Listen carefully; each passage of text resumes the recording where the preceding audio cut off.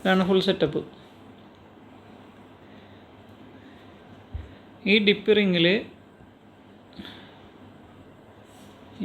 Ring മനസ്സിലായില്ലേ? അപ്പോൾ ഈ കാപ്പിലറി ട്യൂബിൻ്റെ കാര്യം പറയാം. കാപ്പിലറി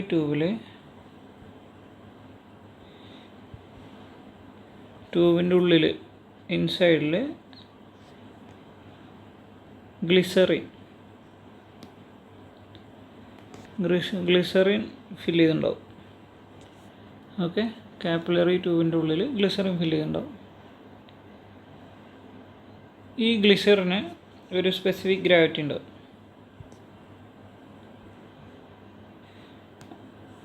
ഓക്കെ, ഈ സ്പെസിഫിക് ഗ്രാവിറ്റി വാല്യൂ വെച്ചിട്ടാണ് നമ്മൾ നോർമൽ കേസ്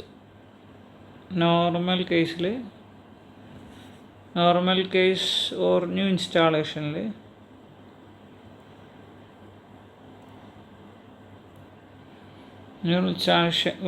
ഇൻസ്റ്റാളേഷനിലൊക്കെ നമ്മൾ കാലിബ്രേറ്റ് ചെയ്യുന്നത്.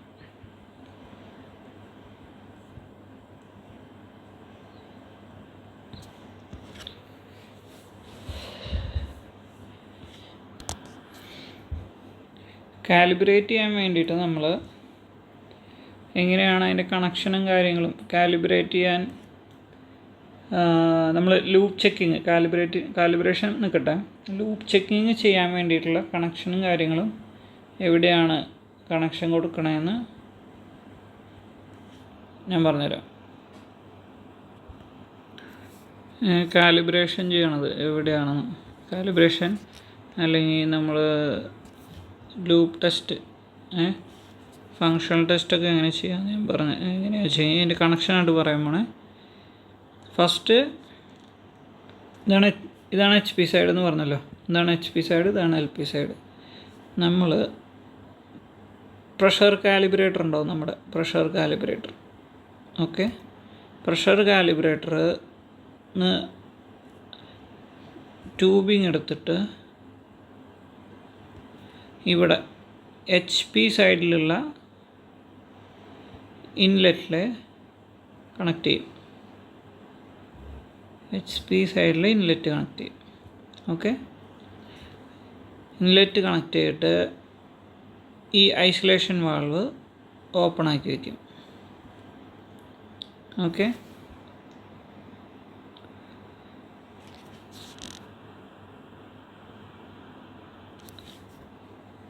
LP സൈഡിൽ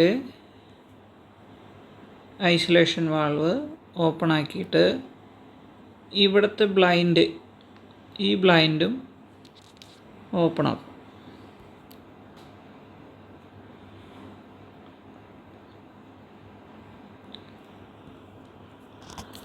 പിന്നീട് നമ്മൾ ട്രക്സ് കമ്മ്യൂണിക്കേറ്റർ എന്ന് പറഞ്ഞിട്ട് ഒരു കമ്മ്യൂണിക്കേറ്റർ ഉണ്ട്. ആ കമ്മ്യൂണിക്കേറ്റർ യൂസ് ചെയ്ത് ഇൻസ്ട്രുമെൻറ്റിനെ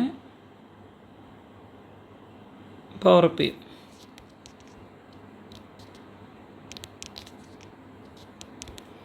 ഓക്കെ, കൂടാതെ ഐസൊലേഷൻ LP മെയിൻ ഐസൊലേഷൻ ഉണ്ടാവും, അതിന് നമുക്ക് 1 എന്ന് കൊടുക്കാം.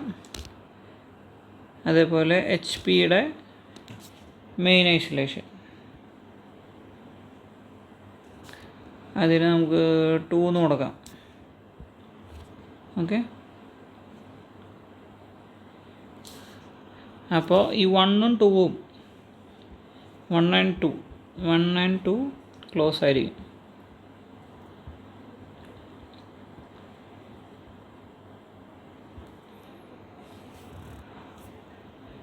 നോർമൽ കേസിൽ നമ്മൾ റേഞ്ചൊക്കെ വരുന്നത് നോർമൽ കേസ് എക്സാമ്പിളാണ്, റേഞ്ച് പറയാണ്, മൈനസിലാണ് വരിക. -7.78 മുതൽ 0.98. ഇതാണ് LRV, ഇതാണ് URV. ഓക്കെ, LRV എന്ന് പറയുന്നതാണ് ലോവർ റേഞ്ച് വാല്യൂ.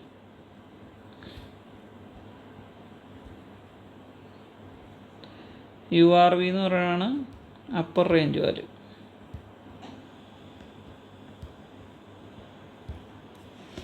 ഓക്കെ, അപ്പോൾ എന്ത് ചെയ്യും? ഇതിൽ URV LRV സൈഡ് എന്ന് പറയണത് ഇതും,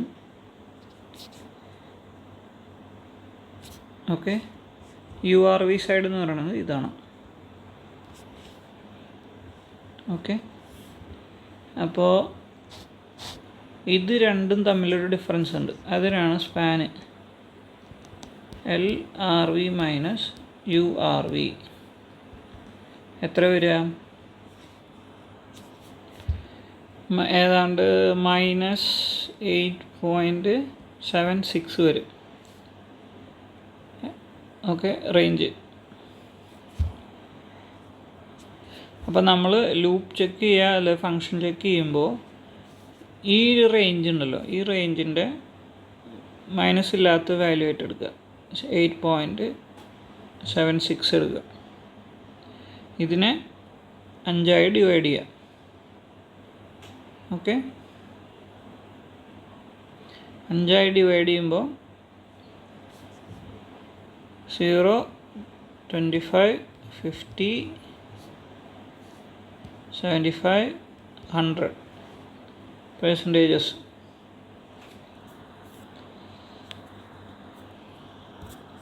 ഇതിനെ 5 ഡിവൈഡ് ചെയ്യുമ്പോൾ ഇങ്ങനെയൊക്കെ റേഞ്ച് വരും. ഓക്കെ, അപ്പോൾ ഇത്രയും KPA പ്രഷർ. ഇപ്പോൾ ഈ റേഞ്ചിൻ്റെ യൂണിറ്റ് KPA ആണ് വിചാരിക്കാം. ഇപ്പോൾ ഈ സ്പാന് എത്ര KPA ആയിരിക്കും? ഇപ്പോൾ സ്പാന് കിട്ടിയതും KPA ആണ്. അപ്പോൾ ഇത്രയും റേഞ്ച് നമുക്ക് ഡിവൈഡ് ചെയ്യുമ്പോൾ 5 വാല്യൂസ് കിട്ടും. ഇതാണ് ഇതിൻ്റെ ലൂപ്പ് ചെക്ക് ചെയ്യുമ്പോൾ എടുക്കേണ്ട വാല്യൂസ്. ഇപ്പോൾ 25%-ൽ നിങ്ങൾ ഈ വാല്യൂ എടുക്കുക. 2.19 KPA അപ്ലൈ ചെയ്യുമ്പോൾ നിങ്ങൾക്ക് കറസ്പോണ്ടിങ് ആയ റീഡിങ് കിട്ടും. കറസ്പോണ്ടിങ് ആയ റീഡിങ് എന്ന് പറയുന്നത്